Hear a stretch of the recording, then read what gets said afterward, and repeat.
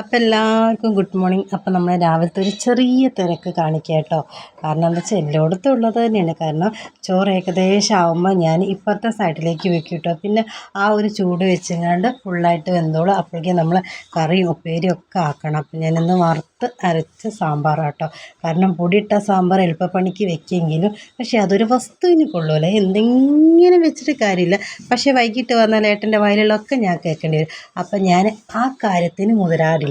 പിന്നെ ഒരു വാഴക്കോൽ അവിടെ കെട്ടിയിട്ടത് കൊണ്ട് തന്നെ എനിക്ക് അവിടെ കുറച്ച് സ്ഥലക്കുറവുണ്ട്. അപ്പോൾ ഉള്ളത് വെച്ചാണ് ഞാൻ അഡ്ജസ്റ്റ് ചെയ്യും. അപ്പോൾ ഏതായാലും നമ്മുടെ ചൂട് സാമ്പാർ ഏതായാലും ആയിട്ടുണ്ട്. ഇനി കോവയ്ക്ക ഉപ്പേരി ഇട്ട കാരണം കോവയ്ക്ക ഉപ്പേരി മക്കൾക്ക് പറ്റില്ല, പക്ഷേ കാബേജ് ഉപ്പേരി ഏട്ടനും പറ്റില്ല. അപ്പോൾ രണ്ടും വേണ്ടി ഉണ്ടാക്കുക. അപ്പോൾ അങ്ങനെ കേട്ടോ ഇവിടെ. അതേമാതിരി രാവിലെ തന്നെ ദോശയ്ക്ക് സാമ്പാർ ഏട്ടന് വലിയൊരു ഇഷ്ടമല്ല. ഏട്ടൻ എങ്ങനെയായാലും നല്ല വെള്ള ചട്നി, പച്ചമുളകും ഇഞ്ചിയൊക്കെ ഇട്ടുള്ള നല്ല വെള്ള ചട്നി കേട്ടോ വേണ്ടത്.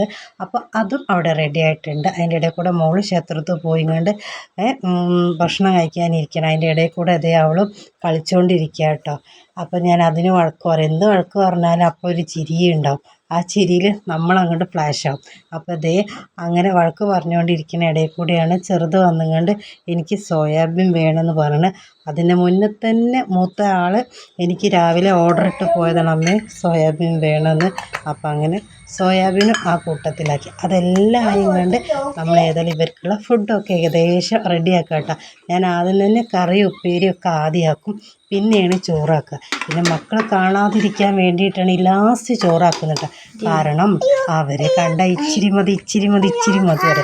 അപ്പോൾ പിന്നെ അവർ കാണാതെ ഞാൻ കുറച്ചധികം കൊണ്ട് കുത്തി അമർത്തിയിട്ട് പിന്നെ കുറച്ചെണ്ണം മേലെ പതുക്കെ അങ്ങനെ വയ്ക്കും. അപ്പോൾ പിന്നെ അവർ കണ്ടാൽ കുഴപ്പമില്ല, കുറച്ചേ ഉള്ളവർ പിള്ളേർ ഭക്ഷണം കഴിക്കില്ലേ, സ്കൂളിൽ കുറച്ച് സമയമുള്ളവരോട് കഴിക്കാതെ വയ്ക്കും. അപ്പം നമുക്ക് സങ്കടമായില്ല, ഇത്രയും കഷ്ടപ്പെട്ടുകൊണ്ട് നമ്മൾ ഉണ്ടാക്കിയിട്ട് അവർ കഴിക്കില്ല എന്ന് പറഞ്ഞാലും അപ്പോൾ ഒരു സങ്കടമില്ല. അപ്പോൾ ഏതായാലും ഫുഡൊക്കെ എല്ലാവർക്കും ആക്കി, 3 ആക്കും 3 വിധത്തിൽ ആക്കി വെച്ചിട്ടുണ്ട്. ഇനി ഇതേ അടുത്ത ആളെ സവാരി കേട്ടോ. കാരണം ഇവർ സ്കൂളിലേക്ക് പോകുമ്പോൾ ഇവനെ ഇങ്ങനെ ഒന്ന് റൗണ്ട് അടിച്ചില്ലെങ്കിൽ അന്നത്തെ ദിവസം തന്നെ ഇവിടെ ആകെ കരഞ്ഞ് ബഹളം വെച്ച് സൗണ്ട് ഇല്ലാതോ. അപ്പോൾ ഏട്ടൻ എത്ര തിരക്കുണ്ടെങ്കിലും അവനെ ഒന്ന് ചുറ്റിച്ചിട്ട് വരും. അപ്പോൾ ഇതേ മോൾ സ്കൂളിൽ പോയിട്ട്, മോൻ പിന്നെ രാവിലെ തന്നെ പോയി. അപ്പോൾ സ്കൂളിൽ പോയി കഴിഞ്ഞാൽ പിന്നെ ഈ റൂട്ടുമ്പോഴൊരു കലാപുരം.